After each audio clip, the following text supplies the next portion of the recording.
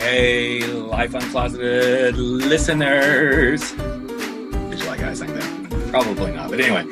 Hey, I am so glad to have you here today because we're going to talk about a little thing called confusion. Yes, confusion. And I've got 3 simple confusion busters I want to share with you. But why am I talking about confusion? Well, because in just a few days, at least here in the United States, people are going to the polls if they haven't already been going to the polls because we're in a state of confusion in our country. Now, you may not think you are because if you're on one side or the other, you think, oh no, I'm clear on where I'm going. Of course we are. We know where we're going, but then we get the little ballots and we realize, oh, there's stuff on the ballots that we got to make up our minds about. And then we dip into confusion like, okay, well, I got to understand this, and down the spiral we go. That's just one example of confusion. But then there's stuff that shows up like, okay, what should we make for dinner? Should I go to the gym? Should I not say something to somebody even though I want to? And before we know it, whether it be politics or our own personal stuff going on in our lives, from careers to family to lovers to you name it, we get in these really interesting little spirals of confusion. And then we freak out. We freak out big time. Understandably so. And I'm raising my hand because I get this completely. In fact, for the last couple of months, I've been in kind of a crazy state of confusion going, okay, what's next? Where do I go? How do I do it?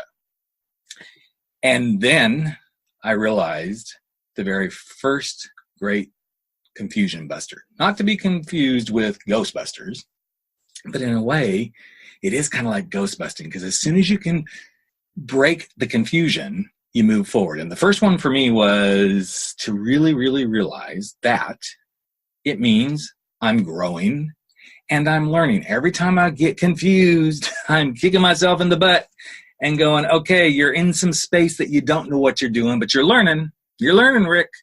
And the more you learn, the more you grow. Kind of like the more you eat, the more you grow too, but we're not going to get into that because that gets real confusing for me.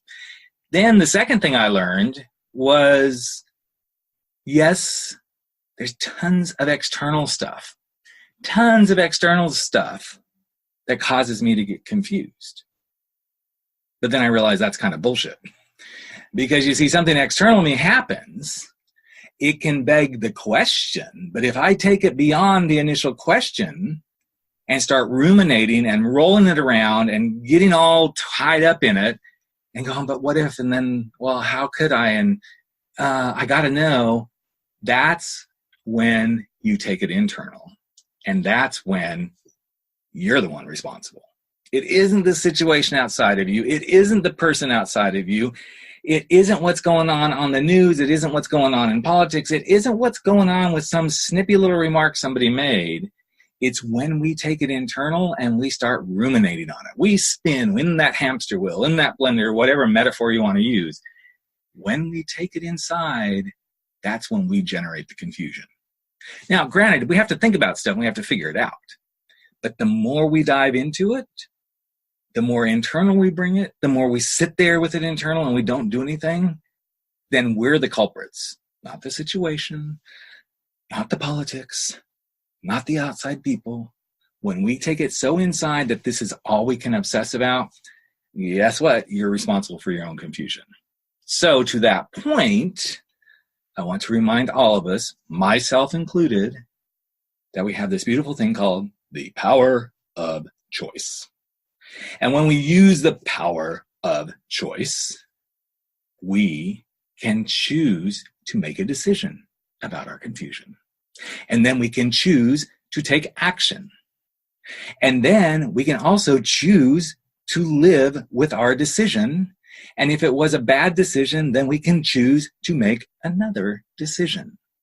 Because you see, almost everything that shows up as confusion, and actually I believe it is everything that shows up as confusion, will eventually require a decision to cause us to take action and to live with that decision.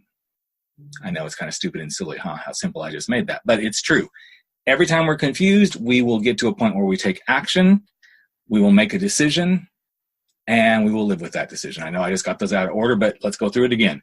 We will choose to step out of the chaos and the confusion by making a decision, taking action on that decision, and living with that decision. And when it doesn't work out, we'll go through the same cycle again. So in reality, here's the funny thing. We're going to grow and learn. We're going to stop taking everything internal, except for the moment that we need to choose to take it internal so that we can take action, make a decision, and live with those decisions. And that, my friends, I'm wiping my hands clean of here's 3 simple ways for you to become a confusion buster. And if you choose not to, then you're not taking and making a decision. You're not taking action. And you're going to have to live with that decision, because then what you've done is you've decided you're going to mess around with this decision not to follow these steps and take it internal, which means you're not going to grow and you're not going to learn. And with that, I'm going to just kind of slap my lips shut. Well, I can't do that and keep talking, but I'm going to call it a wrap here and sashay away from this episode of Life Uncloseted, Rants and Riffs. So take care, everybody. And we will see you in just a few days. Bye-bye.